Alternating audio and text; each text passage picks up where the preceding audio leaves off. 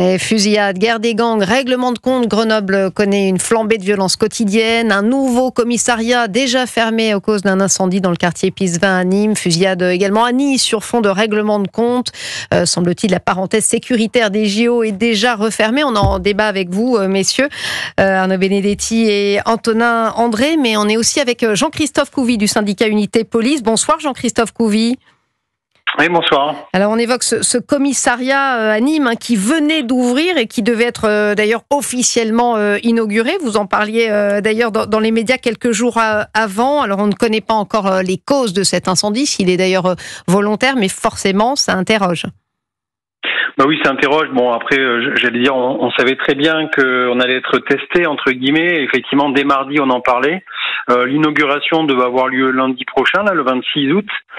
Donc, on savait très bien que, voilà, ça allait faire tâche dans le quartier, que certains allaient voir ça d'un mauvais œil. En revanche, je peux vous dire que les habitants étaient très contents. Et quand on discutait un petit peu avec eux, ils nous disaient que déjà depuis quelques jours, voire peut-être quelques semaines, ça a baissé un petit peu. On sentait que ça s'apaisait. Et surtout, c'est que on a construit ce commissariat pour reprendre le terrain, mais en même temps, j'allais dire, c'est le quartier qui se transforme aussi. On fait tomber des bars, enfin des bars d'immeubles. Hein. On refait un petit peu la logistique, parce que nous, quand on doit rentrer dans des quartiers, c'est comme des châteaux forts. Il y a une entrée, une sortie. Donc il faut repenser aussi un petit peu le vivre ensemble dans ces quartiers et pouvoir à ce que les policiers puissent intervenir plus rapidement en meilleure sécurité. Alors avant évidemment d'en voir les conséquences, vous avez des informations sur sa réouverture ? Non, on a eu. Alors, effectivement, on est en train de voir les dégâts. Il y a une enquête qui est menée. Bon, je pense que ça laisse pas trop de doute quand même sur l'incendie. Je crois pas trop au hasard. Vous savez, il n'y a pas de hasard dans la vie. Et puis Jean-Christophe Couvi, c'est un an après la mort du jeune Fayed lors d'une fusillade sur fond de trafic de drogue. Et il faut préciser que c'est un lieu très important. Vous l'avez dit, pour les habitants de ce quartier, c'est l'un des plus pauvres de France, gangréné par le trafic de drogue, les règlements de compte. C'est un quartier de reconquête républicaine. C'est très important parce que déjà, ça va être identifié effectivement comme un quartier avec des problématiques. Faut savoir que dans les quartiers de reconquête républicaine, il y a davantage de vols et de violences que sur le reste du territoire. C'est 2 fois plus de vols et de violences. Oui. Donc on voit bien que la délinquance alliée à ancrée. Et effectivement, nous, ça fait depuis des années qu'on demande à revenir sur une police de proximité. Police de proximité, ça veut pas dire la police bisounours. Ça veut dire juste de reprendre le contact avec les gens, de refaire de la présence sur le terrain. C'est glaner de l'information en direct et puis c'est du renseignement opérationnel qu'on appelle. Et au fur et à mesure, c'est gagner les cœurs. Voilà, dire que les policiers, ce sont des gens, des papas, des mamans, comme les autres, on a les mêmes ennuis, mais on est là pour que les habitants se sentent en sécurité et reprennent goût à la vie. Concrètement, quelle est l'action de la police dans ces quartiers de reconquête ? Est-ce que vous avez le sentiment que vos hommes ont la possibilité, la capacité de travailler correctement ? La capacité, ça va être les effectifs. C'est-à-dire qu'au début, effectivement, à la création en 2018 de ces quartiers de reconquête républicaine, il y a eu des effectifs qui ont été mis, et au fur et à mesure, les effectifs ont été redispatchés, et souvent on tombait à des effectifs presque négatifs, j'allais dire. Donc en fait, si vous mettez des effectifs de façon pérenne, et que vous occupez le terrain de façon pérenne, au bout d'un moment, les policiers vont connaître tout le sociogramme du quartier. On va connaître pratiquement les enfants par leur prénom, on sait qui fait quoi, qui habite où, et en fait, on peut déjà, déminer certaines tensions. Et puis après, l'idée, c'est aussi d'interpeller les dealers. Et ça, il y a le côté répressif qui doit bien sûr être maintenu. Donc, c'est des effectifs, c'est un triptyque. Effectifs, derrière, c'est répressif avec des officiers de police judiciaire qui sont en nombre et qui peuvent travailler. Et derrière, enfin, la justice avec des moyens, une réponse pénale ferme. Et aujourd'hui, on a un déficit de juges et de procureurs quand on se compare aux autres pays. Arnaud Benedetti, on a l'impression qu'on en parle depuis, je sais pas, on était jeunes. Il y a quoi, 20 ans, c'est Place Nette. Chaque fois, les opérations changent de nom, mais on n'y arrive pas, quoi. Et c'est de pire en pire, d'ailleurs. L'enjeu sécuritaire, il traverse la vie politique française depuis presque, 4 décennies. Bon, mais alors sur les trafics de drogue avec des sujets qui sont évidemment variables. On voit bien que la question aujourd'hui du trafic de drogue est devenue un sujet saillant dans un certain nombre de territoires qui sont en phase, en tout cas qui sont censés être en phase de reconquête républicaine. Mais enfin, ce que mènent ces gangs, c'est une guerre de territoire contre l'État, clairement, contre l'ordre public, contre les forces publiques. Il faut des moyens, certes. Il faut en effet des moyens à la fois policiers, des moyens judiciaires, mais il faut aussi des sanctions, clairement. Et finalement, c'est ce triptyque-là qui permettra vraisemblablement à terme de pouvoir reconquérir ces quartiers qui sont des quartiers quand même, pour l'instant, un peu perdus pour la République. Alors Gérald Darmanin, Antonin André, vous direz, là il ne l'a pas dit en l'occurrence, puisqu'on n'a pas de preuves qu'il s'agit d'un règlement de compte ou d'une riposte, mais vous direz, c'est parce qu'on les dérange, justement, ces trafiquants de drogue, c'est parce que notre action est efficace. J'ajouterais un aspect quand même à ce sujet, parce qu'effectivement on parle du sujet sécuritaire depuis 40 ans, et en concret de ces quartiers avec des forces de l'ordre, plus de moyens pour la justice. Enfin, le sujet n'est pas que sécuritaire. On peut très bien se lancer dans une guerre sans fin, uniquement à coup de matraque, à coup de procédures judiciaires, de démantèlement des trafics qui verront réapparaître à un autre moment. Enfin, faut comprendre que dans ces cités, l'économie et la vie des gens tournent beaucoup autour du trafic de drogue.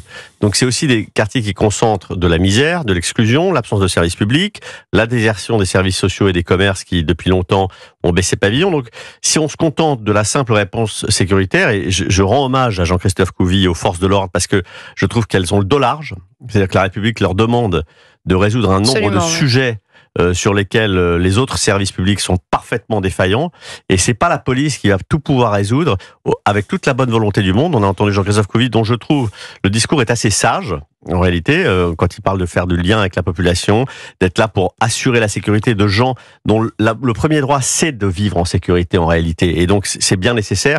Mais ça n'est pas suffisant. Mais ça marche avec la population, Antonin André, mais enfin, le dealer, là, il va aller faire du lien avec lui, je pense qu'il va se marrer. Mais qu'on continue à considérer que le problème n'est que sécuritaire, eh ben on ne le résoudra pas, et vous aurez en face de vous des cartels de drogue qui aujourd'hui ont des moyens bien supérieurs dans certains pays aux États eux-mêmes. Mais qui sont même pas en France, qui sont à Dubaï, qui sont en Espagne, qui sont au Maroc. Mais qui sont bien supérieurs aux États eux-mêmes.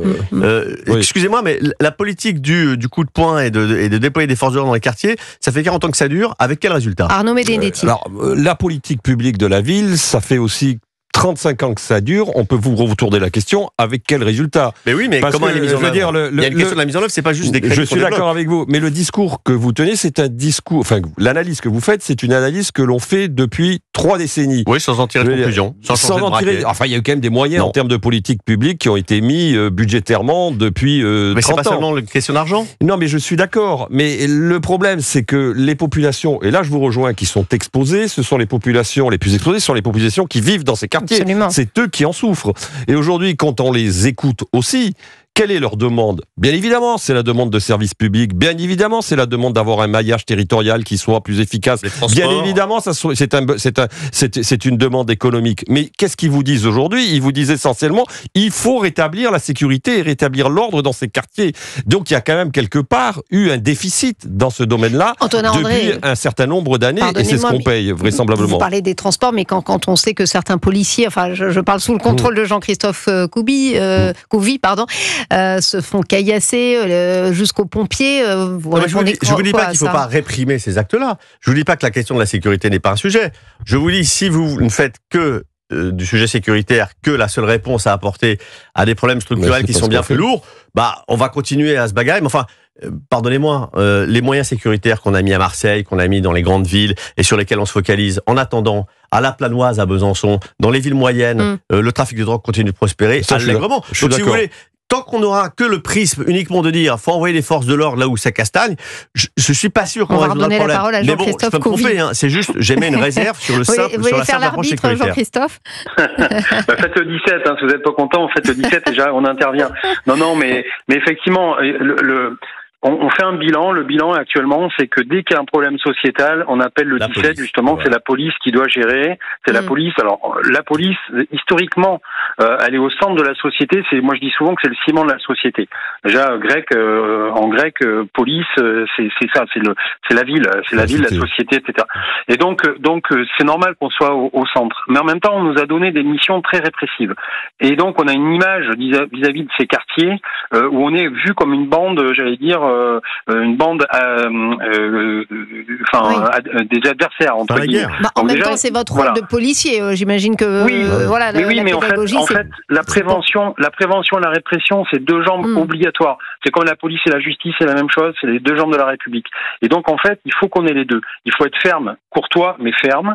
Ça, c'est normal. Et après, il peut pas y avoir effectivement qu'une réponse policière. L'État est capable d'avoir une réponse. On l'a vu notamment mais vous, c'est quoi votre sentiment, Jean-Christophe Couvi, sur le terrain? Est-ce que vous avez le sentiment qu'il n'y a qu'une réponse répressive et pas assez préventive? Qu'est-ce que vous constatez?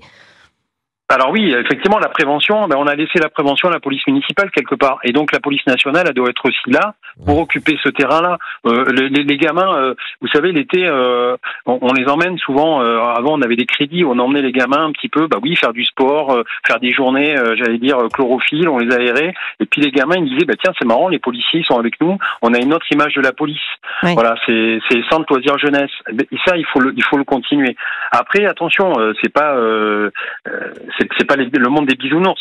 Effectivement, il faut qu'il y ait la répression, mais surtout, c'est qu'effectivement, on a vu l'année dernière, par exemple, pendant les dernières émeutes, qu'est-ce qui a brûlé? Les bibliothèques, les lieux de savoir, en fait, les lieux d'expansion, les lieux où on pouvait se désenclaver un peu les quartiers.